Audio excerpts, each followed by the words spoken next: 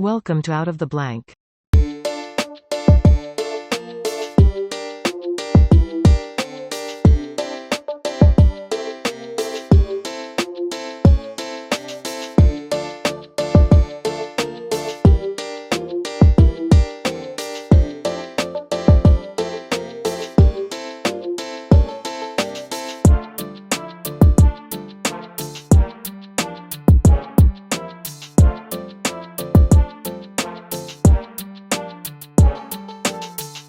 Welcome to another episode of Out of the Blank podcast. David, it's a pleasure to have you on the show. I'm excited to talk about the Kennedy assassination with you. Can you please tell me a little bit about yourself and also how you got interested in the Kennedy assassination? Well, I got interested on November 22nd, 1963, when I was a junior in high school, boarding school in Connecticut. And actually, I have one vivid memory that is relevant to what we're talking about, which was that, I was devastated by what had happened. That it was the first big grief experience I ever had in my life, and it was still probably the most traumatic. And that night, I was sitting in my single room, all alone, listening to the radio, like everybody else was.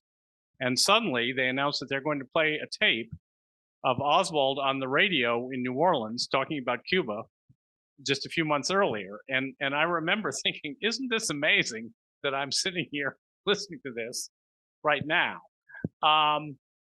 Then the Warren Report came out. Basically, I accepted it at that point. Then the critics began to come out. Now, it was after the revelations of the Church Committee in the 70s that I began to think there could be a lot more to this than we had thought. Then I followed the HSCA very closely, although I didn't realize exactly what they had discovered. The HSCA, for obvious reasons, in their report, they highlighted the acoustics evidence they had developed that appeared to show that there was more than one shooter. And that's the smoking conspiracy gun that everybody's been looking for 60 years. Now, subsequently, that evidence has been very weakened. More important was the data that they developed about the organized crime situation at that time, the kinds of things organized crime people were saying. And meanwhile, the Church Committee had developed all the information about the Castro assassination plots. And I wrote a piece in the early 90s, I think, for a journal called Intelligence and National Security, laying out some possibilities. I'd also written, that's right, after the HSCA report, a few years later, there was the 20th anniversary. And my older brother, who became quite a distinguished journalist, was the editor of Outlook, the Washington Post Sunday section at that time. And he called me sometime that fall.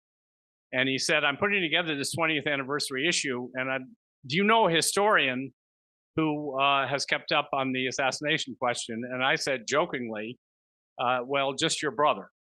And then a couple of days later, to my amazement, because this is the only time he ever did this for me, he called me and said, okay, I want you to do it. And I'll turn you over to somebody else to be your editor, but go ahead. And so what I did in that piece was to look at three main possibilities. One was the Warren Commission, right? Two, was it Castro? And three, was it organized crime? And in connection with that, I made contact with Bob Blakey, the former chief counsel, who was a Notre Dame law professor, and that was the beginning of a long friendship. We had some very long conversations on the phone. He filled me in on a lot of the organized crime stuff, on a lot of other things. We realized that we were similar in approach, even though he's a lawyer and I'm an historian. And so I gave a good deal of attention to the mob theory then. And that was where it stood for me for almost 20 years. And then came the Oliver Stone movie and the passage of the JFK Records Act and the review board. And one of the key people on the review board was a friend of mine, professional friend of mine, Anna Nelson. And at that point, I was working on what became American Tragedy, Kennedy Johnson and the Origins of the Vietnam War, which is a big project. But when I saw what the review board had done, well, I love to research, and I was going to get into that archive. at NARA, and I started doing that in 2001. And 7 years later, The Road to Dallas came out, and I do feel that I was able, with the help of some research assistants, actually, including my own son, who was a college student in Washington at that time, I was able to get more out of that archive and into a book than anybody else has. There is at least one person who I credited in the book, Malcolm Blunt, who was an amateur researcher, and there are a number of these guys out there and gals who have no writing ambitions at all, but they want to read everything. And he really is the leader of them. And I sat next to him at NARA on many days, and frequently I would show him something, and he would say, "Oh, there's something about that in such and such a file," and he was never wrong. I mean, whatever he said, it was there. So that is where The Road to Dallas came from. And meanwhile, there were some extraordinary revelations about particular people, mainly the mobster John Martino, which we'll probably get to at some point. And I felt that I was able to put together a very coherent picture of an assassination conspiracy in which Oswald fired the shots, but it was put together by mob figures for very particular reasons having to do with Robert Kennedy's attack on the mob.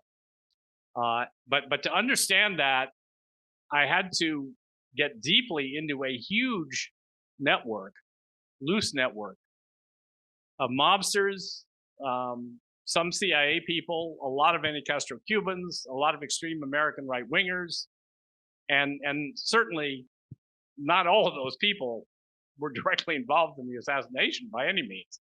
Only a few of them were, but that is the background to the events that led to November 22nd and to the cover-up and the attempts, actually, November 22nd, the disinformation campaign, which is very interesting, to try to pin it on Castro, which was the original plan.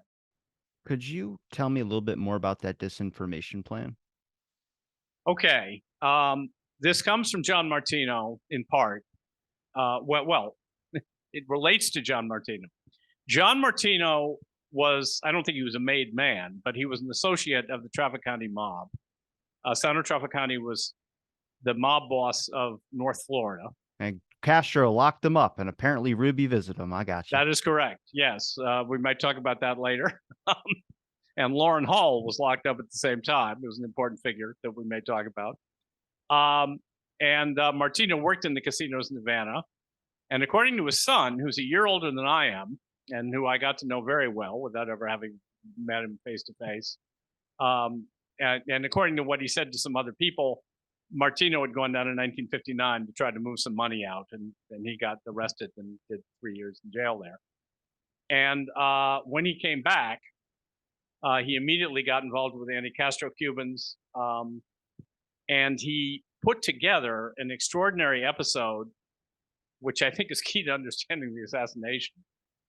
In the spring of 1963, which has been known as the Bayo Pauley raid, William Pauley was an American industrialist with Cuban interests, who actually appears to have been the man who first suggested to President Eisenhower that it would be a good idea to assassinate Castro back in 1959 and 1960. And Bayo was the name of the captain of the ship they sailed in sight of Cuba. And the Bayo Pauley raid is a long, complicated story, but it was an attempt actually to put a team in Cuba to make yet another assassination attempt on Fidel Castro on behalf of the mob, although it was sold as something else. Maybe we'll talk more about that later. But anyway, after that, Martino had written a book called I Was Castro's Prisoner, and he went on a book tour in which he was in both New Orleans and Dallas at one time or another in late summer of '63. Then he went back to Dallas. And all right, we'll get to one of the punchlines. Ed Martino, again, was 16 then, and who actually had a similar relationship to his father that I had with my father, in that his father would take him to meetings sometimes and, introduce him to people he worked with. And as Ed Martino told me, he told Larry Hancock before me, a few weeks before the assassination, they were watching either Cronkite or Huntley Brinkley. He said they watched both of those nightly news shows every night. And there was a story, and I suspect the story was about the incident in Dallas where Adlai Stevenson, the UN ambassador, was really set upon by a right-wing mob making an appearance in Dallas. And apparently, the reporter mentioned that President Kennedy was also scheduled to visit Dallas in just a few weeks, as indeed he was. And at that point, John Martino said to his family, if he comes to Dallas, they're going to kill him. And then on November 22nd, John Martino, who may have been having some second thoughts about being so frank with his family, at the breakfast table, looked over at his son and said, Edward, you don't look too well to me today. I think you should take the day off from school. And then he announced that he was going to be doing some handwork in the garage. And he said to Ed, could you please keep the radio on? And if there's anything on the news, come out and tell me. And of course, around 12:30, there was something on the news. Now, what comes out from FBI files, and in fact, Martino was questioned about this by the FBI, was that afternoon, he got on the phone with his press contacts, of which he had a great many, and started explaining to them that Oswald was this communist sympathizer, Castro acolyte, and that Castro was obviously behind the assassination. Now, much later, Martino died in 1975, interestingly enough. I mean, he died of natural causes. Well, Watergate, yeah. Yeah, but the church committee was going on at that point. And in fact, his name comes up in the church committee once, but without them having any idea what they found. And he spoke to two friends, a journalist whom I talked to named John Cummings, and a business partner whose name escapes me, and the business partner contacted the HSCA in 77 or 78 to give them this story. And he told them both that he had put the assassination together. And he told at least one of them that the plan was that Oswald was going to meet somebody after the assassination. He was going to be murdered and disappear. And someone did start a disinformation campaign in the days after the assassination. Actually, they started it from Cuba. It was a CIA contact in Cuba. And I only just learned that because new documents are coming out. To the extent, saying that the daily flight from Mexico City to Havana had been delayed for several hours on the night of the 22nd because they were waiting for a passenger. So what they wanted to sell the nation on was the idea that Lee Harvey Oswald, this Castro sympathizer, had assassinated the president, fled across the border to Mexico City, and been flown to Cuba. And this was designed to set off an invasion of Cuba, which was one of the ulterior purposes of the assassination, I think, although the main purpose was to get Attorney General Robert Kennedy off of the backs of the mob, with whom he was waging really a life and death struggle. When we get into Robert Kennedy going after the mob, just real quick, I just have a couple questions on. Did he ever explain why? Like Hoover never even acknowledged the mob, and I mean, there's photos of Hoover in a dress, and I have them, but I can't verify if that's real or not. I just look at them and I think it's interesting, and then obviously Hoover bet at the track, and I think it's probably more plausible that the mob ran fixed races for him or something of that sort. Well, I have to disagree with you. Hoover was slow to get interested in the mob. That is true. There were some local FBI offices that were more zealous. The Chicago office was all over Sam Giancana's ass from a fairly early stage, by the late 50s. And I read their voluminous reports. And after Appalachian, around the turn of the year 57, 58, I think, our listeners will have to pardon me, okay? It's 57. I'm 75. I've written a lot of different books about a lot of different things. Don't worry about the listeners. Worry about me. I got to learn Okay, this. I still have a very good memory, but it's impossible to remember all the exact details and all the exact names about everything. But I will do my best, and I will make it clear when I'm not quite sure. Anyway, after Appalachian, Hoover realized he had to do something because that was proof. That was when mafia leaders from all over the country were caught at a big meeting they were having in upstate New York, and it was clear there was a nationwide syndicate. That wonderful scene of The Godfather is, among other things, kind of a takeoff on Appalachian. But anyway, and they started something called the Top Hoodlum Program, and they started getting reports on major mobsters from all over the country. But yes, Robert Kennedy, as chief counsel of the Senate Rackets Committee in the 50s, had already discovered the organized crime issue then. He was already waging a campaign against organized crime figures and their associates in labor, led by Jimmy Hoffa. And when he became Attorney General, was his number one priority.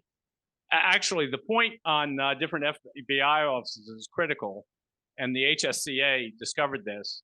One of the FBI offices that was not very interested in organized crime, sadly, was in New Orleans. So that Carlos Marcello, who was also involved in the eventual plot, was, although they were closing in on him on one legal matter, he was not getting the kind of surveillance that Giancana and various New York mobsters and Philadelphia mobsters were under the RFK Justice Department. So Hoover, I mean, Hoover is a fascinating man. Now, there's a new biography of Hoover, which we ought to both read, by Beverly Gage, who's a Yale historian, and I haven't got my hands on it yet. Hoover's G-Man. What's that? It's Hoover's G-Man. I beg your pardon? G-Man. Yes, that's right. Yeah. But I've read the reviews by some very well-informed people, and they're very impressed by it. You see, I have to be quite frank with you. I mean, Hoover isn't my favorite person by any means. He did a lot of terrible things. The FBI did too. But doing this book as an historian, and I never hesitate to say this, I fell in love with the FBI. And the reason for that is that when the FBI wants to find out about something, what they find out is not worth knowing. And they proceed logically. They interview person A. If he mentions person B, they interview person B, and on and on and on. So their files are a wonderful source for a historian. And Hoover deserves credit for that. And the other interesting thing is, yes, Hoover was a racist. Hoover wasn't sympathetic to the civil rights movement. But people said this, and I found it to be true. If the attorney general or the president mustered his courage and said to Hoover, "You're going to do X," he did it.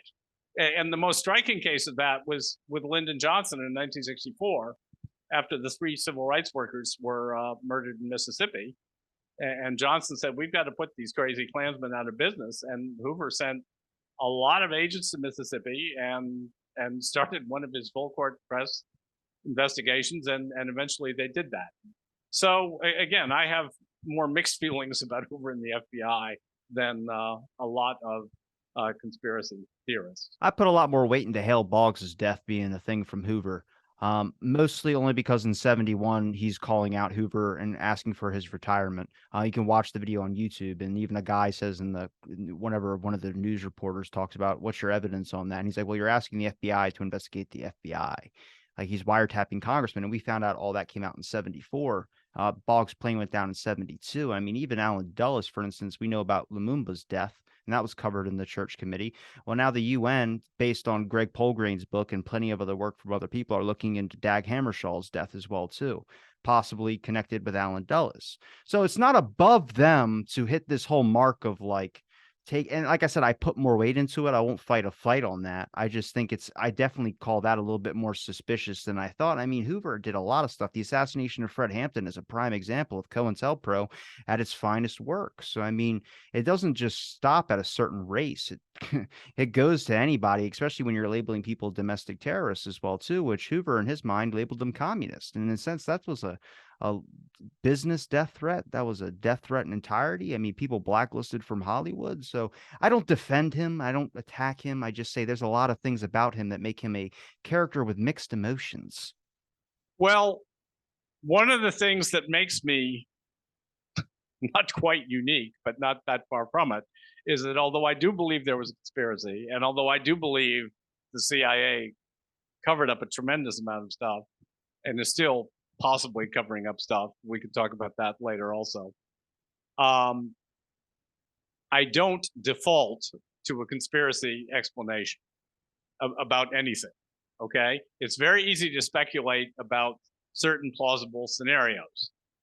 I mean, you there I, are I didn't authors. say Hoover. I won't.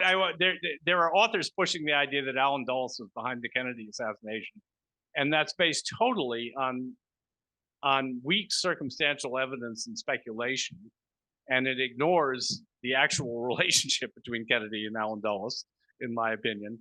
So I didn't say that though, did I? I just used examples of oh, historical you fact. didn't say that, but Yeah, that's okay. I'm just trying to let you know where I stand. So let's I go on. I know where you stand. I More got you. facts. I'm with Okay. you. Why don't we hop into the Traficante thing? The whole, I mean, was the church committee really like you're opening up to like the relationship with the mob and also the government as well too? Because throughout, I mean, Hoover's FBI had an influence in Hollywood for a very long time. I mean, when the FBI came on screen, there was a rule that the Production Codes Office did, which was you could fire as many shots as you want, but they have to miss. And the FBI basically has to, and that's why we have this idea of the FBI coming on screen, they're badasses and all this. Well, the mob was always like vigilantes and anti, and then you find out they're working together. You're like, wait a minute, this is like the hero and the villain teaming up to go take down. So that's a shocking thing for me, where I'm like, I feel lied to and betrayed. And then you find out about all the assassination plots against Castro.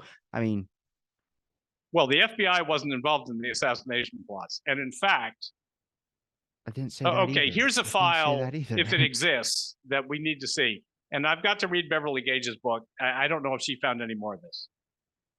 I found a wonderful document, an account by Hoover in 1962 of one of his conversations with RFK. And it's about the revelation that the CIA had hired Sam Giancana, among others, to help assassinate Castro. The poison pills was Giancana was delivered poison pills, but they never fully put those Right. in. Well, I don't know that. There's a Maybe. document Okay. that says Giancana got Oh, poison okay. pills. Yeah. I thought it was Traficante. No. But anyway, they are both just furious about this because it's going to spoil the case against Giancana. And they agree.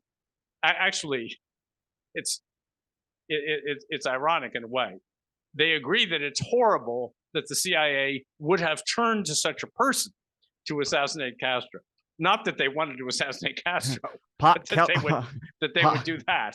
Pot calling the kettle black there, ain't he? So in other words, I would pay a lot of money for the whole file of Hoover's conversations with attorneys general, and particularly with RFK. I mean, that would be a fascinating file.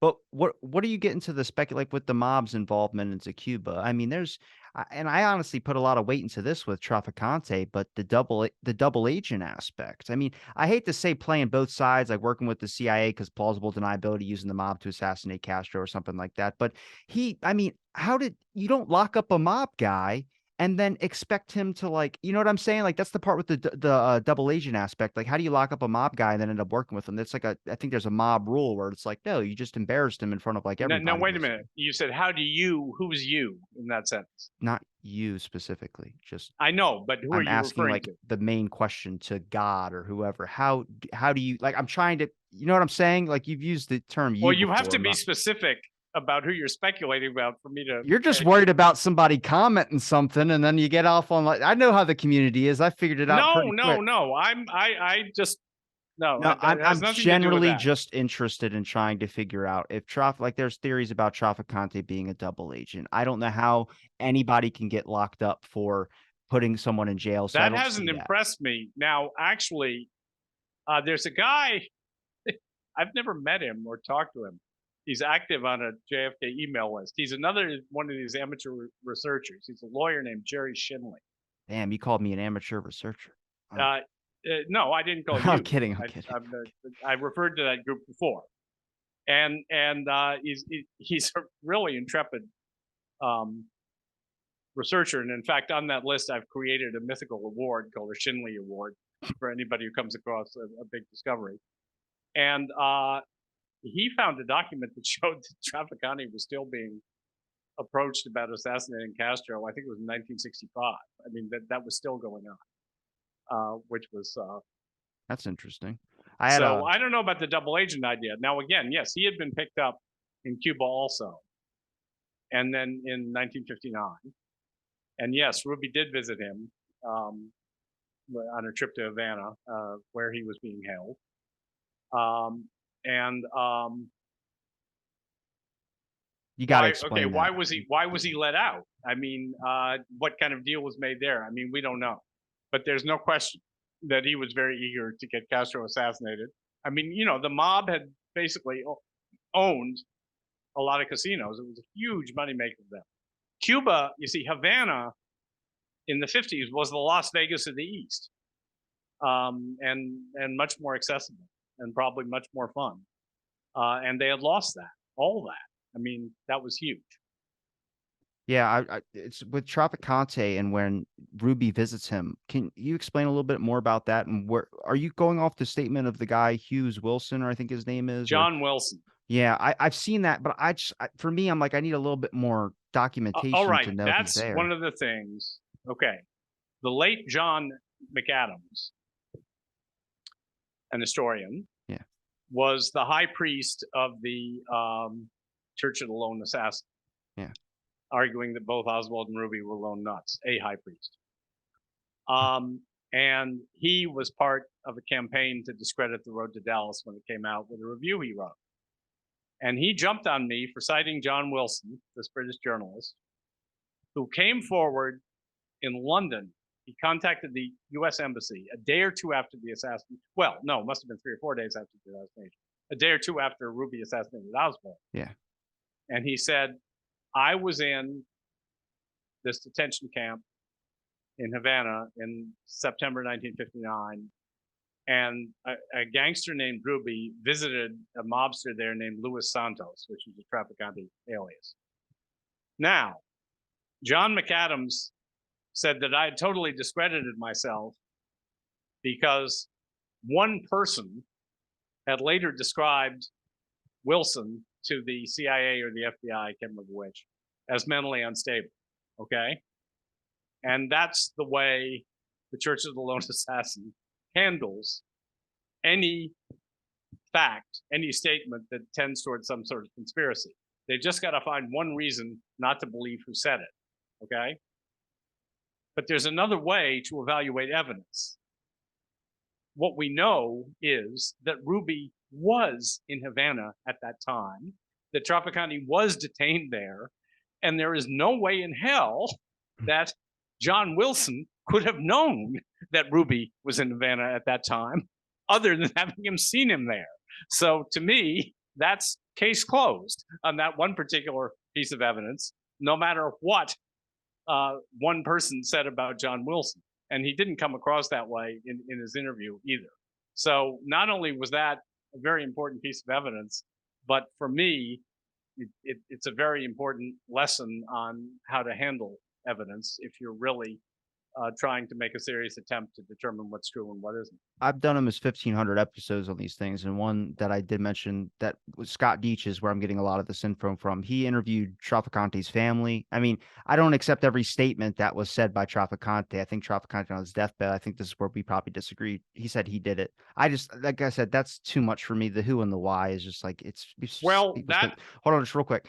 But okay. He mentioned the Trafficante thing, and that was coming from him. And he is not like a conspiracy theorist. He works at the crime museum type thing. So he mentioned that, and I just was looking through documents, and I only found that the guy, but I was like, why do you go to the FBI? I mean, and he's a reporter, so it's like being mentally unstable. It doesn't really fit that thing. But I've seen that document as well, too. I do think that Ruby did go there and see Trafficante. I was just like, damn, I was like, did anybody follow up a lead on that? And that's common what you see with the Warren Commission. There were leads that should have been followed up that didn't follow up. So don't think I'm like a lone nutter in that stance. I 100% agree that I think Ruby was there. I mean, he was running guns in Cuba, and that's was proven by the well, he was trying to.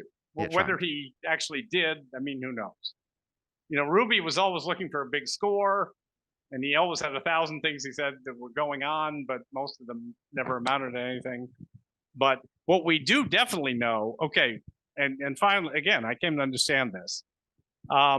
Ruby was running this strip club, not the first one he had run in Dallas, and he was complaining to everybody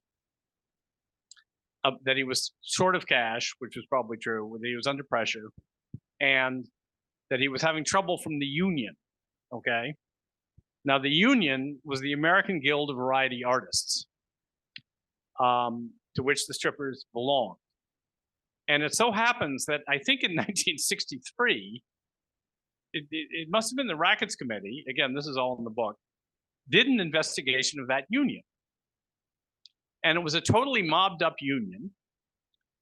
And the point of it was, as with certain other unions of entertainers, that if you were employing strippers, the mob, by controlling the union, could extort protection money from you.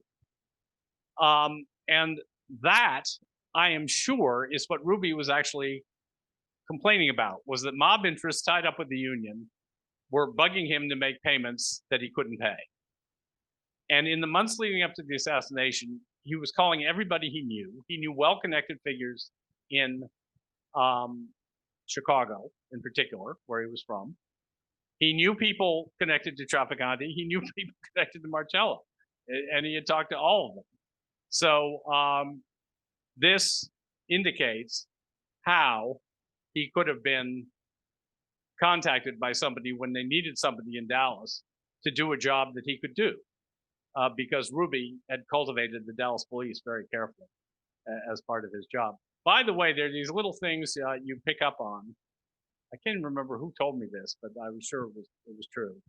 The Dallas Cowboys that weekend of the 22nd, 24th, they were playing on Sunday in Cleveland. And so they were in Cleveland getting ready for the game, which Pete Rozelle did not cancel. And the news of Ruby shooting Oswald came in, or probably they saw it. And a number of the Cowboys knew Ruby fairly well, apparently. So they talked about that because they had been patrons of the Carousel Club as well. You did pick up those weird, like, little asides from I got a couple of those already, but it's funny with Ruby. I mean, the Warren Commission said he didn't know any Dallas police people. I don't think they said that. No, they said he had no Dallas police connections. That's in the testimony. Well, he knew everybody. That's what I'm saying. It's like that's where the fault in the Warren But that was the Commission. kind of guy he was. I mean, that's one of the amazing things in the FBI files is that he was such a glad hander, and he was always handing out his card. And they have these people from all over the country coming to the FBI talking about the time they met Jack Ruby here, there, or wherever. What is hilarious about those interviews is that in response to FBI questions, they always state that as far as they could see, Ruby was a loyal American. The default question for the FBI, and not a subversive in any way. But they never asked him about his mob connection. Or why was he at that midnight press conference? Well, yeah, right. I mean, dressed up as a reporter too, where it's like, look, I don't know if you believe Seth Cancer and his story about seeing Ruby. I do. Yes, I do too. I put weight into that, but I don't know if that means, does he seem like he wants to be involved in everything? Like he's this guy that wants to be in every single news business that's going on. Is that why he was at Parkland? Well, no, we know we tried to get into the room where Oswald was being interrogated. Yeah. I think he was there for the same reason he was there on Sunday. I don't think I heard that before. Oh, yes. Oh, no, there's no doubt about that. That's well documented. No, Jack, you can't go in there, said one of the cops. Huh. That's in the road to Dallas with a footnote, I can assure you, but it's in a lot of places. I've seen a lot of videos of Ruby and like just getting caught in a camera shot or something like that. Right, like, and when he corrects the chief, it says the Free Cupid Committee. He says, no, that's the Fair Play for Cupid Committee. Yeah. Yeah. And then later they're talking about like, who the hell was that? And like guy answered his own question or something like that. I don't know what they said in the thing, but it was hilarious. But everyone was talking about it being Jack Ruby, which is another strange connection aspect. But do you read Ruby's testimony when he talks about he wanted to go see the fireworks? I don't remember that. I'm sure I read it, but I don't specifically remember that.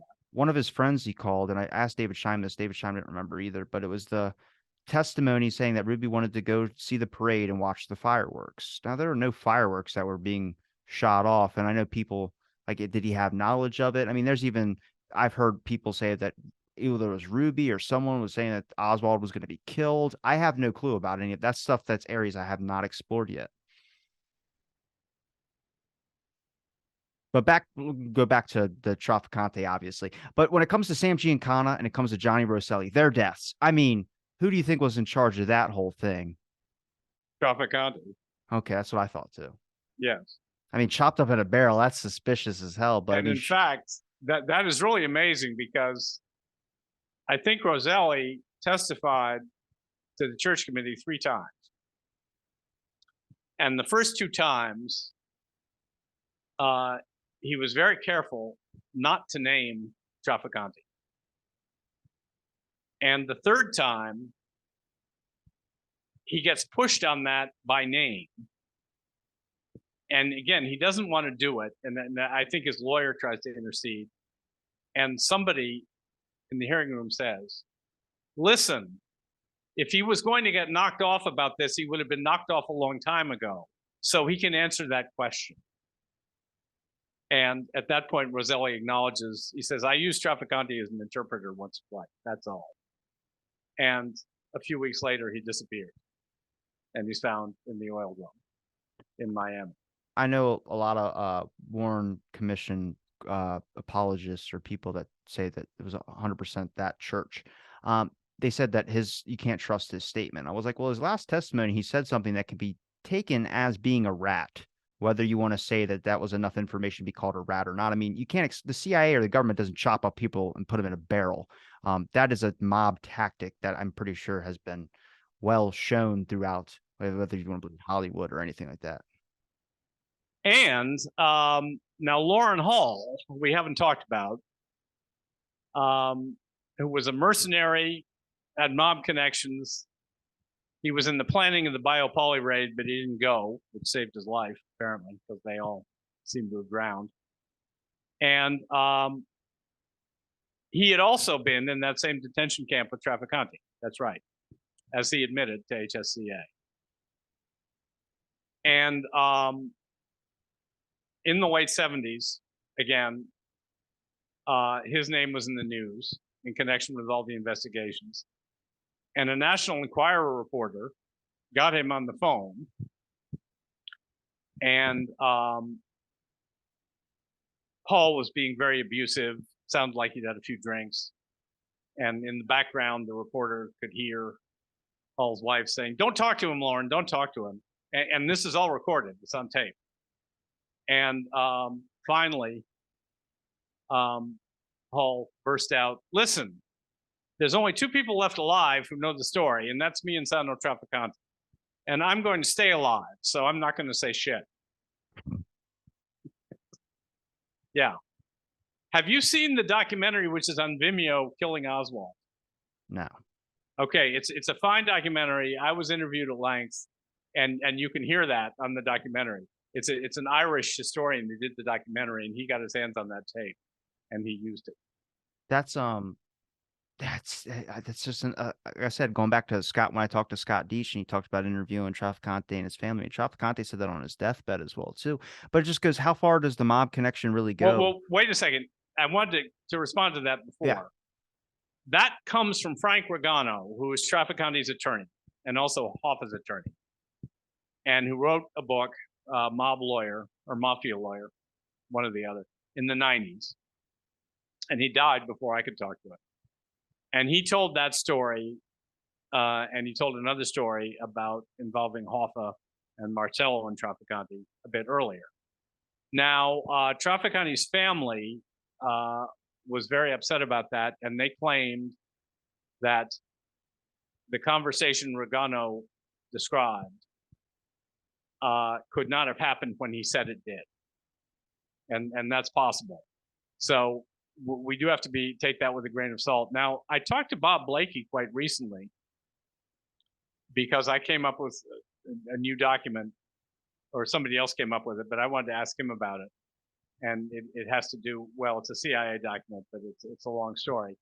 But I also asked him what he thought about Regano now, and he told me something I did not know, that by the time Regano wrote that book, and by the time Blakey had interviewed him, he had a born-again conversion experience and become a devout Christian.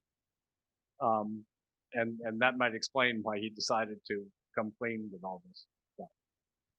Huh. But you see, Regano was going to a meeting. I think this was in the spring of '63. And again, he was working for Hoffa also. And the meeting was in New Orleans between Trafficante and Marcello. I don't remember what the other main point of it was. I'm sure it's in the book. But anyway, and Hoffa said, okay, you tell those guys it's time to put on the contract on John Kennedy. And Regano carried out that instruction. And what he says in the book is he expected them to burst out laughing. But instead, neither one of them said a word. They just sort of gave each other a long look. And that was all. Is that the statement where they said Kennedy needs to be dealt with it within the next 5 years? Because I think Blakey told me that. No, it wasn't that, but that could be. I mean, there are other statements. Well, also Trafficante was talking to a Cuban exile named Jose Aleman, who was quite a big shot. Again, in the summer of '63, I believe. And he started talking about Kennedy and what a bad guy he was, and how he was going after Hoffa, a friend of the working man. And he said, mark my words, that Kennedy is trouble and he's going to get what's coming to him. And Aleman said, well, he seems to be very popular. I think he's going to be elected. And Trafficante, according to Aleman, said, you don't understand, Jose. He's going to be hit. There's a lot. I mean, in the 22 release, I think I mentioned to Blakey when he was on way before the release happened, I talked about a lot of these documents could be possibly JM Wave documents is why they're being withheld. And he said he doesn't know for sure, or, you know, well, they are, well, they're withholding the Socrates documents. No, not Socrates, Joannides, sorry, Joannides documents. Well, who was a JM Wave guy that Jeff Morley is so. I don't think those documents are going to prove what Jeff thinks they're going to prove if they ever come out. Well, but no, but the point is, all right, this is a good place to discuss this. Oh. And I've tried to bring this to so many people's attention, and I can't. It's driving me crazy. And it has to do with the real problem with JFK records, okay? There's too damn many of them. That's what it is. Well, no, actually, there's not enough of them. You can fit I'll any narrative you want in all those JFK no, wait a documents. second. Hear me out. Okay. Okay, the review board really did a good job. And the point is, they had to figure out what to review, okay? And they threw a very wide net. And they reviewed, I think this is the main thing they did, it would be fair to say, although it's not the only thing they did. They reviewed every document that the HSCA had seen, okay? And they released most of those, and were still arguing about withholding or deletions from documents the HSCA had seen, for the most part. That's what the fight is about. I said, I'll say it again, the review board did a very good job. But it couldn't be a perfect job. Additional documents were bound to come to light. And this has happened to me twice now. Exhibit A, FBI file on Carlos Marcello, which the HSCA had, and which was at NARA when I started doing my research. And one of my research assistants is going through it. And there's a lot of interesting stuff in it. And in early 1963, the file basically comes to a halt. And I think, gee, that's strange. But I didn't try to do anything about it. Okay, that was around 2001, 2002, probably. In the spring of 2007, I'm making my last pre-publication trip to Washington and NARA to clean up some loose ends.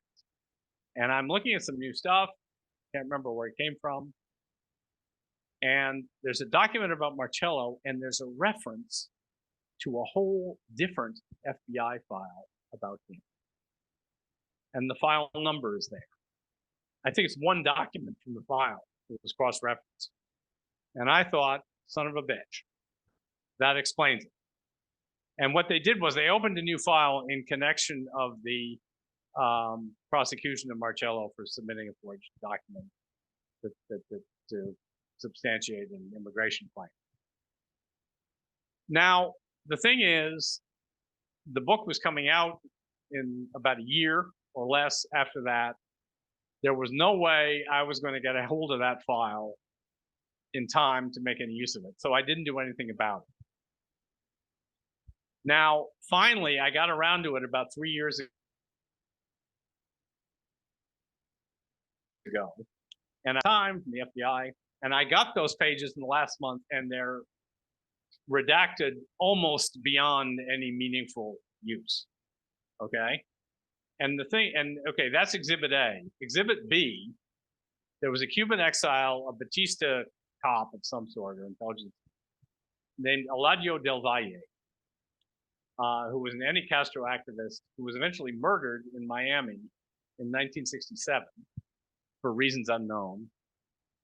And he actually has been tabbed as one of two of these guys who was in Dallas on November 22nd by another Cuban exile who might well have been in a position to know. In exactly the same way as with Marcello, in a CIA document, there was a reference to Eladio del Valle. And in the margin, somebody had written in pencil or pen the number of his 201 file. Very nice of them. But again, the HSCA had not gotten that file. Now, here we have a CIA file of a guy who's been accused of being in the assassination conspiracy. So I FOIA'd that one right away. That was when I was still working on the book. So it was back in the ORs. And the CIA says, we don't release that kind of file. The problem is, I can, or somebody else can, discover CIA or FBI papers that clearly rate as assassination-related documents, but there's no authority left that can say this document falls under the act and you've got to release it under the rules established by the act. And that's very frustrating. Now, I have just explored with quite an eminent lawyer in these matters the possibility of suing the FBI. But what he told me about the chances for success and what we would have to do to have any chance of success, I don't think it's going to be worth it. And I'm probably not going to go through with a lawsuit for that reason. But it's a very sad situation.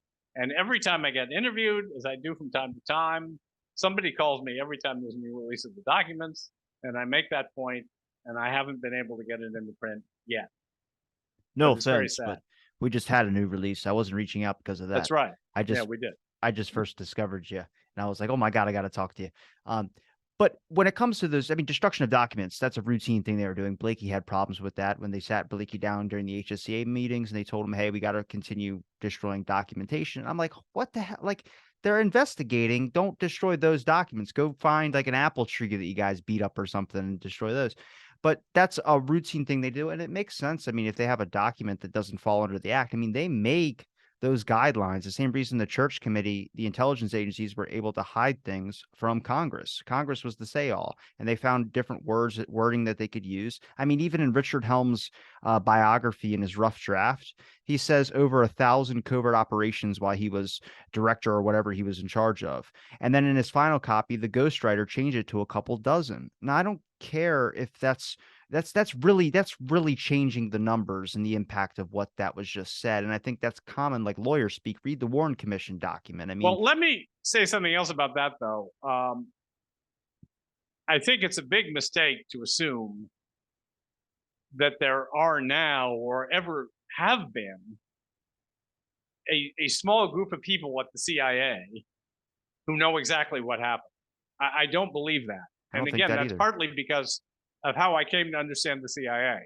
Again, one of the great things about the FBI is that if Agent Smith has got something that Agent Jones needs to know, Agent Jones will get to find out about it. The CIA is exactly the opposite. You don't tell anybody anything unless you absolutely have to. And that includes other agents.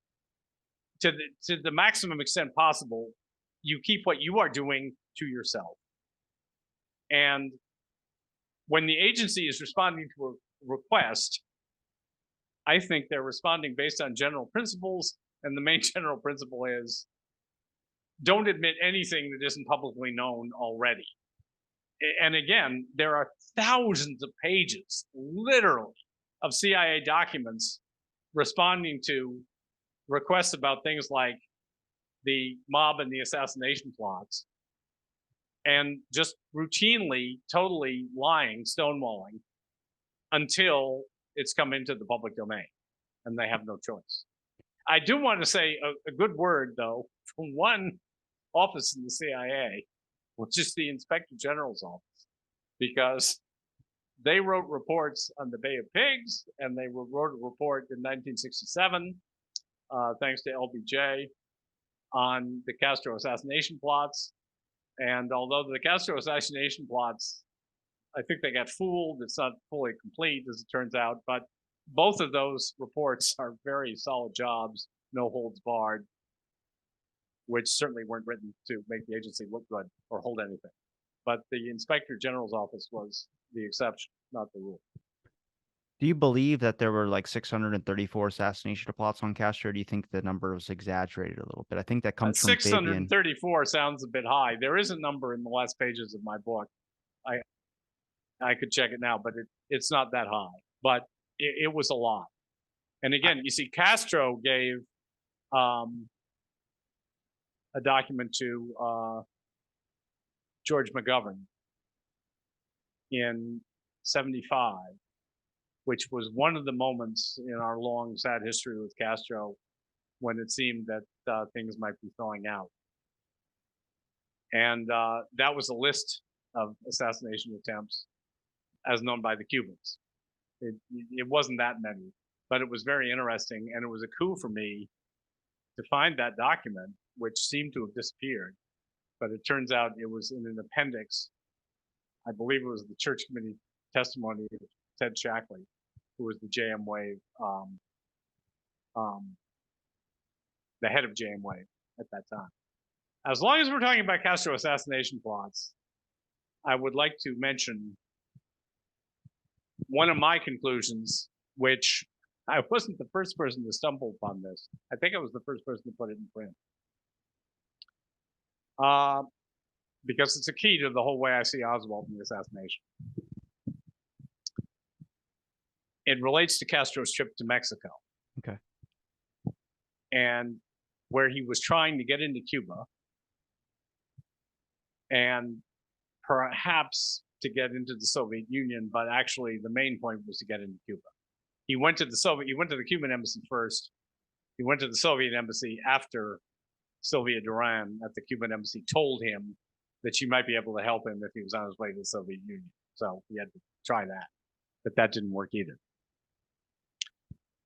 In my opinion, Oswald was trying to get into Cuba to shoot Castro on behalf of the same people for whom he eventually shot Kennedy. He came to the Cuban embassy with documents about his phony Fair Play for Cuba chapter, which it was, and attempts to show that he was a sincere friend of Castro. Now, Sylvia Duran gave very interesting Assassinations Committee testimony, in which she said, I was listening to this guy and looking at these documents, and I was thinking, this is all wrong. This guy can't be what he claims. If he were what he claims, he would have worked out the arrangements for the trip with the Fair Play for Cuba Committee office in New York, or with the Communist Party in New York. And I would have heard about it already. And I'm not going to help him because I don't buy it. And it was confirmed to me indirectly by one of the heads of Cuban intelligence at that time that plenty of hostile people and potential assassins tried to get to Cuba via Mexico City. And okay, then this gets to the Odio incident, and here I can make a modification that I've already made. I speculated about it in the book. It was on the night that Oswald had gotten back from Mexico City to Dallas that he was with Lauren Hall and Larry Howard, I'm convinced, two mercenaries, at the home of Sylvia Odio, who was a Cuban refugee in Dallas, who they were asking for certain kinds of information, which is an important story too. And then a day or two later, she got a call from Lauren Hall talking about the American, whom she identified as Oswald after the assassination. And he talked about Oswald as a guy who might shoot Castro or as a guy who might shoot Kennedy. And when the news of the assassination plots came out, and I studied it sometime later, I put that together. Now, what is amazing or interesting is that in 1967, Jack Anderson, the muckraking columnist, went to New Orleans to interview Jim Garrison, who was getting his investigation going. And Jim Garrison, talking about Oswald in that interview, raised the same possibility that I just did, that's why Oswald was in Mexico City to shoot Castro. Now, unfortunately, for reasons about which I can only speculate, Garrison then went in a completely different direction with that investigation. But I was gratified, as I always am. I mean, some people are just too jealous when somebody else has had the same idea as I have. I'm just the opposite. I'm always delighted to find that somebody else had the idea, because it proves that, you know, I'm not just making this up. Well, there's But so that many is what I think. there are so many theories. I mean, you try to kill Walker, they try to kill Kennedy. Now you're telling me he's killing Castro. I mean, why would a communist kill Castro? I Why don't think he was really a communist. In fact, you see, I Marxist? think he was working for some right-wing group. I don't think he was working for the FBI or the CIA. But well, we're talking about COINTELPRO, okay? And the which was the FBI's program against various dissident groups. Now, the Fair Play for Cuba Committee was a target of COINTELPRO. In fact, this was another rather striking discovery I made. On the 23rd of November, somebody in the FBI, it's in the book, writes a memo for Hoover about the Fair Play for Cuba Committee, pointing out that it's a communist front, which it was, and mentioning that it's a COINTELPRO target. Hoover then has prepared a second copy of that memo to give to the Attorney General. But in that copy, the detail that they are a COINTELPRO target is left out. I found that to be very interesting. Anyway, the Church Committee report also pointed out that the FBI subcontracted a good deal of COINTELPRO activity to right-wing organizations like the American Legion. And I suspect that was going on in this case. But look what Oswald did, okay, after he got back and he was in Dallas. He writes the Communist Party, he writes the Socialist Workers' Party, saying he's eager to help the cause. And he's very clumsy about it. And you see, this is the thing that fascinates me, because it's just like Sylvia Duran in the Cuban embassy in Mexico City. Looking at the replies he got from those organizations, and also the fact that they and the Fair Play for Cuba Committee at a certain point just cut off contact with him, it's clear that the people writing these letters have sized it up and concluded this guy is nothing but trouble, and this is not somebody we want to help us. And they were all constantly being infiltrated by informers, so that may be what they thought. And again, you see, Oswald's Fair Play for Cuba Committee chapter, which never really existed, but he did hand out a lot of leaflets in New Orleans, could serve two purposes. One would be to identify Castro sympathizers or communists whom we don't know. And in fact, one of the places he leafleted was at the port of New Orleans, where there was concern about communist integration. But the second thing, and this was always part of COINTELPRO, was to discredit the Fair Play for Cuba Committee in the eyes of the American people. So, at a certain point in August of 1963, Oswald gets into a street fight with some anti-Castro Cubans. He's arrested. And as a result of that, he goes on the air with Ed Butler of the Information Council of the Americas, who was doing very parallel work to the CIA, trying to discredit Castro around Latin America. And there, in that interview, it is sprung upon the listeners of New Orleans that this guy Oswald, who claims he's just a Marxist and friend of Cuba, defected in 1959 and spent 3 years in the Soviet Union.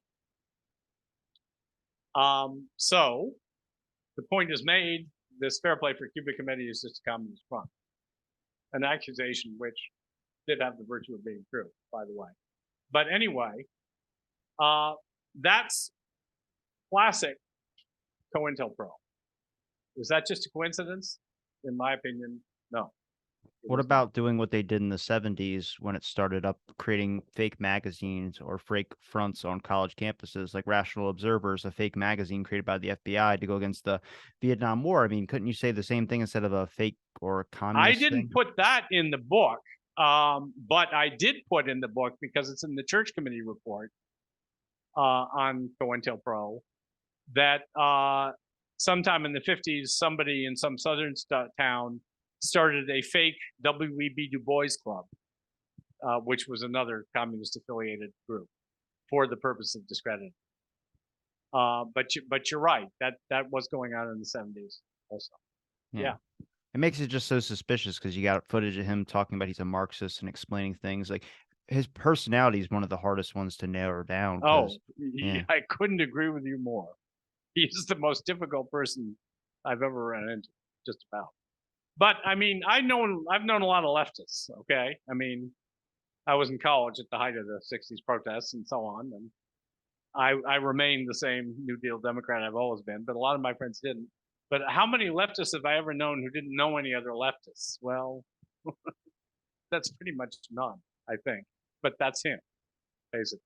Well, even with his communist connections as well, too. I mean, he was hanging out with right-wing Russians as well. Like, Yes, that's right. so Yeah. it just makes it even more complicated. And people have even gone as far to say that those leaflets that he were handing out with the stamp on the front of it that said 504 Camp Street or whatever it was, they said that that's fake. And I'm like, well, what the hell? Like, what do you? I mean, I don't know what evidence we got here. I mean, he goes to a theater after killing the president, allegedly killing a cop as well, too.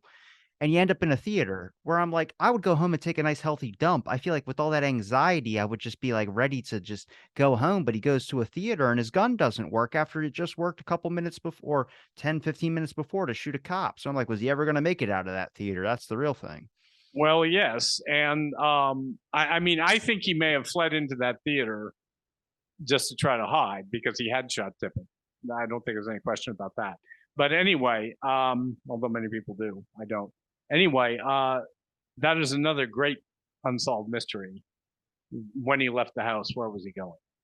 And then he's patted down once. And then the second time they pat him down, first time they found nothing. Second time they patted him down, they found 6 revolver bullets and a bus pass. Now, the bus pass you can miss because it's a flimsy piece of paper. It could be in a shirt pocket. That's fine. But the 6 bullets, I'm like, so someone's either lying about patting them down. A lot of this can be. Well, no, oh, I don't know about that, but okay. Well, the Bart Camp is the one who's been putting Malcolm Blunt's archives on the internet for everyone to be able to see. Oh, It's a has Google he? Drive I didn't link. know Yeah. anything about that. He's. Oh, I have to go through Bart to do the Malcolm Blunt interview because Malcolm's a technophobe. He's not pro to the whole. Oh, okay. Facebook Malcolm is a lovely guy, and I really He's done great enjoyed all work. my contacts with Malcolm. Thank God someone decided to like save some of these. But that's the hardest thing. Even when I'm talking to Steven Kinzer about MK Ultra, he's like, you don't know how many people's basements I had to go to looking for documents that were covered in like rain damage. And I'm just like, oh God, why do they have precious documents in their garage? But that's like everything. Even talking with many members of the ARRB, I mean, the number of trips they had to go on to go get documents. Documents like Clay Shaw with Thomas Samaluk. Well, no, let me tell you about this. This is in the ARB release I got, and I could send it to you. Okay. As everybody knows who has seen JFK, the New Orleans authorities picked up David Ferrie a couple of days after the assassination. And it turns out they searched his apartment, and they found some documents, and they gave those documents to the FBI as well. And those documents were released pretty unredacted. And they are documents relating to trips Ferrie made to Guatemala, where he was helping prepare Carlos Marcello's defense in the trial that was underway. Actually, it finished. Marcello was acquitted on November 22nd in New Orleans. Now, the main thing that I learned from those documents is that David Ferrie, whatever else he was not the bumbling buffoon portrayed by Joe Pesci. I mean, these are reports written by an intelligent man who I found a document, and this is in the book. It's Army intelligence or something, but somebody, some average young American, told some federal authority that sometime in the early 60s, David Ferrie had tried to recruit him to fight communism somewhere in Latin America. So Ferrie Jeez. was mixed up with something along those lines. They're all damn superheroes. But there were so many possibilities that we don't know which. This idea of fighting communism makes them sound like they wear a cape or something. Less Joe Pesci testing out a ring. I don't know if you've ever seen that where he puts on a ring and he's in the mirror, like flipping cash, trying to show off the ring. It's a stupid SNL thing. I haven't watched that movie in a long time. Yeah. But David, no, I appreciate the time you gave me to talk on my show, man. I really do. You know, looking into the assassination. No problem. Anytime. Yes. I appreciate the work you've done on it as well. But is there a place where people can find your links, any social media, any websites? Yes, my blog is historyunfolding.com, and that's historyunfolding, all one word, .com. And at the upper right corner of page 1, there's a list of all my books, including this one. And actually, within the blog, if you search for JFK assassination, you'll come up with a couple of interesting, I hope, articles. I'm going to link, although that's not a main focus of the blog. But I'm going to link all your links in the description. I appreciate the time you gave me to talk. And thanks, everybody, for listening to this episode of Out of the Blank Podcast.